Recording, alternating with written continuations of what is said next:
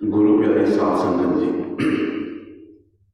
जैसे कि आप सभी लोग जानते हो कि ये भंडारा, ये कार्यक्रम हजूर महाराज परम सिंह कृपाल सिंह जी महाराज के जन्मदिन का है। महाराज कृपाल सिंह जी के बारे में हमारे परम पूज्य बाबा जी ने बहुत कहानियाँ, बहुत बातें हमें बताई हैं।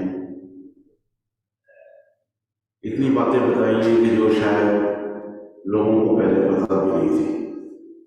अक्सर जब हम विदेश के दौरों में जाया करते थे और जब महाराज जी के बारे में बाबा जी संगत को बताते थे, उसके बाद में प्रेमी आकर के बाबा जी को कहते थे कि हमें तो पता ही नहीं था कि हमारा गुरु इतना महान है और हमने उस महान गुरु से नामदान प्राप्त किया है।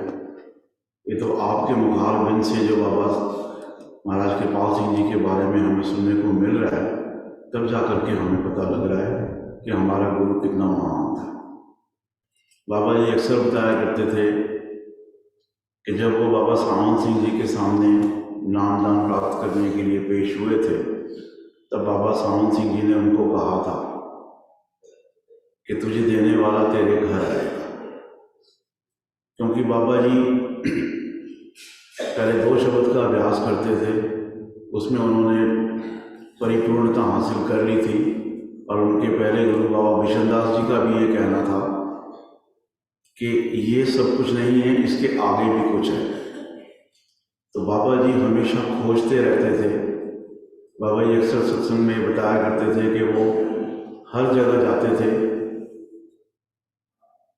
उस आगे की चीज़ को तलाश करने के लिए, और अगर वहाँ नहीं मिलती थी तो मत्था टेक के आ जाते थे, कभी किसी की बुराई नहीं करते थे।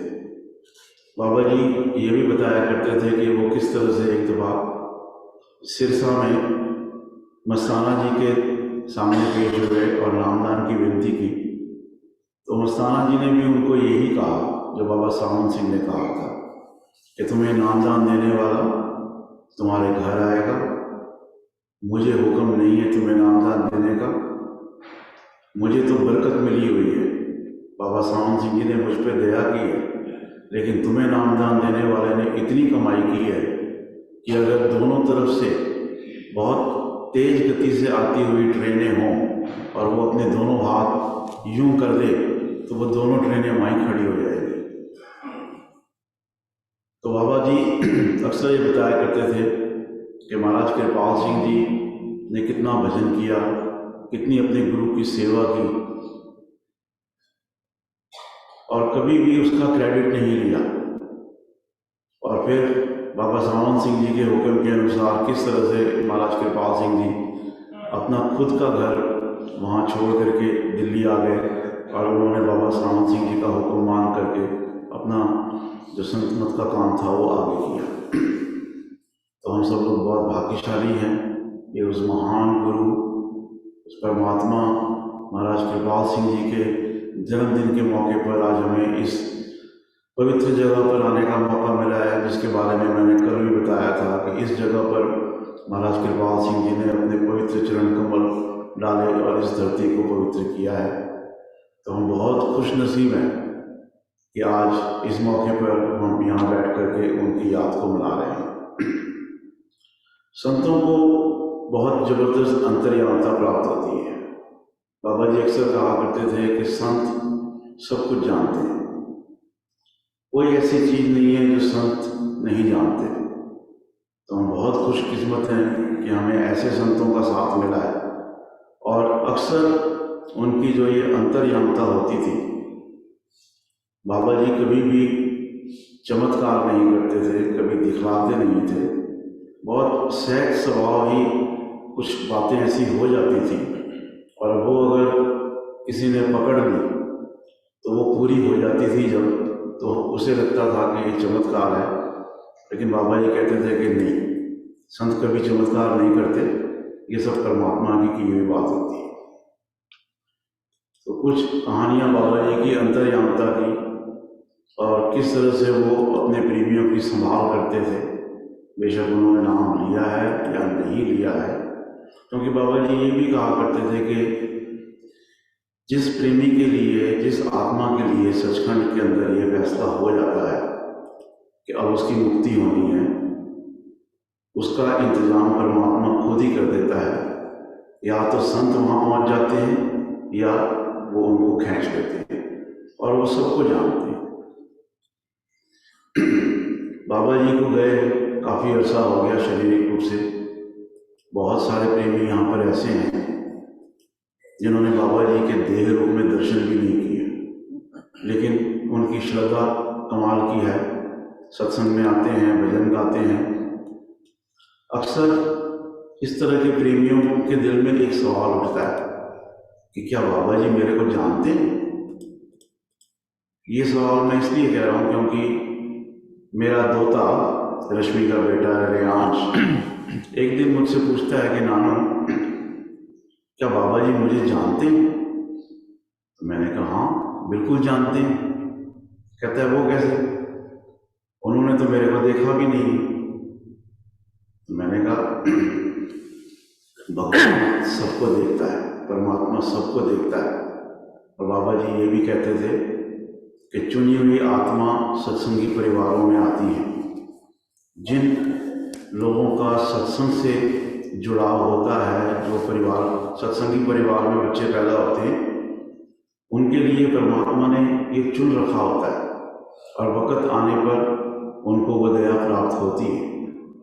कई दफ़ा ऐसा भी होता है कि अगर उनको, जैसे हम लोगों को नामदान प्राप्त हुआ है, अगर उन्हें नामदान प्राप्त नहीं भी हुआ और अगर वो सत्संग से जुड़े रहते हैं, गुरु पर श्रद्धा बनाए रखते हैं, तो कोई ना कोई इंतजाम करके वो परमात्मा जो संत के रूप में आया है, उनकी आत्मा की संभाल करता है।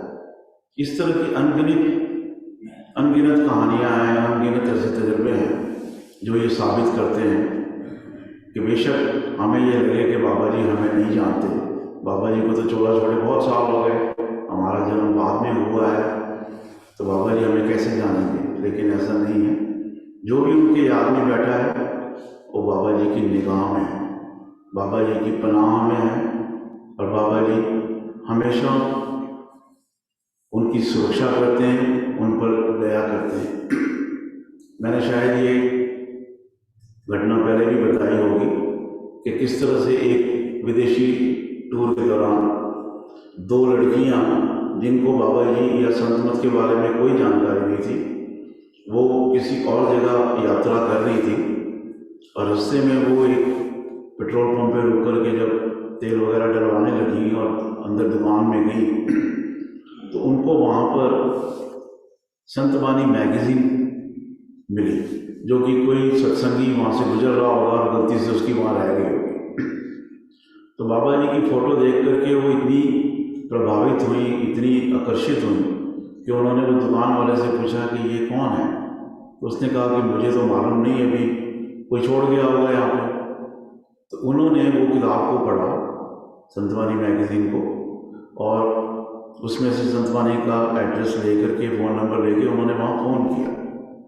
तो उनको पता लगा कि बाबा जी आए हुए वहाँ पे, संतवाणी आश्रम का प्रोग्राम चल रहा था। तो उन्होंने जाना कहीं और था, लेकिन वो 500-700 किलोमीटर दूर थे। उन्होंने रास्ता बदल के वो संतवाणी आश्रम में आने के लिए चल पड़े। थोड़ी देर जाने के बाद में उनको रास्ते में एक दुर्घटना होने वाली थी। सामने से एक बहुत बड़ा ट्रक आ रहा था, और इनकी गाड़ी भी बड़ी तेज़ थी, वो भी ट्रक बहुत तेज़ था, और ये घबरा गई कि वो ट्रक वाला सीधे आके इनको मारेगा। तो अचानक दोनों जनियों को, दो लड़कियां थी, दोनों ने ये देखा कि एकदम से एक स्वरूप सड़क के ऊपर प्रकट हो गया है, और एकदम से बहुत ऊंचा रूप धारण कर लिया है, और एक हाथ करके इनकी कार को एक साइड में धकेल दिया, जो कि नीचे खड्डे में आराम से जाके खड़ी हो गई, और वो ट्रक निकल गया।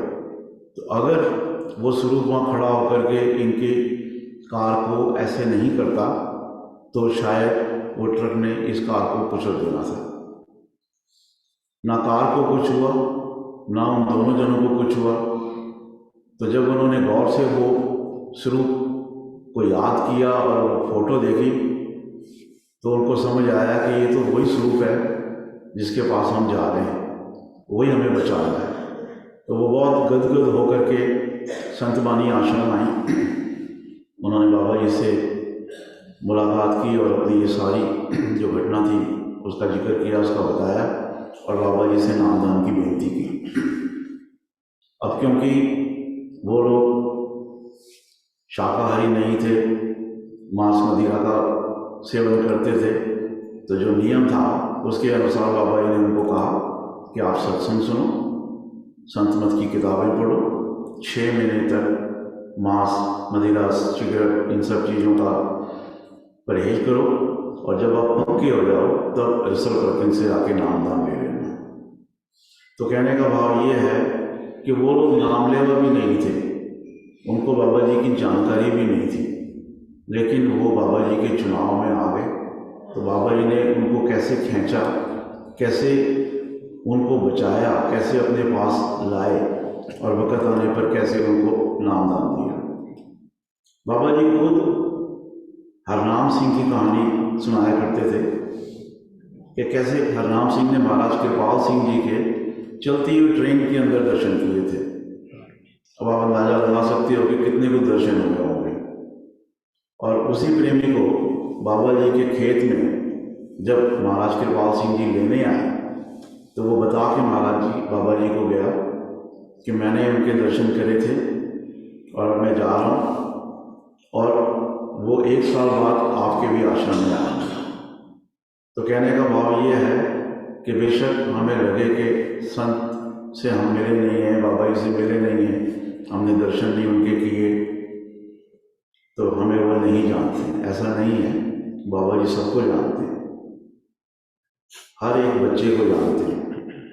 कई लोग जब पूछते हैं ना मेरे से भी कि क्या आपने मुझे पहचाना, और मैं नहीं पहचान पाता, लेकिन अगर आप बाबा जी से पूछोगे तो बाबा जी कहेंगे हाँ बेटा, मैं क्यों नहीं पहचानूंगा, मैं तो जानता हूँ तेरे। बाबा जी जब देह में थे मैं कई दफ़ा नाम भूल जाया करता था अंग्रेज़ों के प्रेमियों के, लेकिन बाबा जी को नाम बहुत याद रहते थे। बाबा जी ये कहा करते थे कि सारी संगत जो है वो मेरे दिल पर लिखी हुई है। तो बाबा जी की अंतर्यामता के बारे में आपको और मैं क्या बताऊं।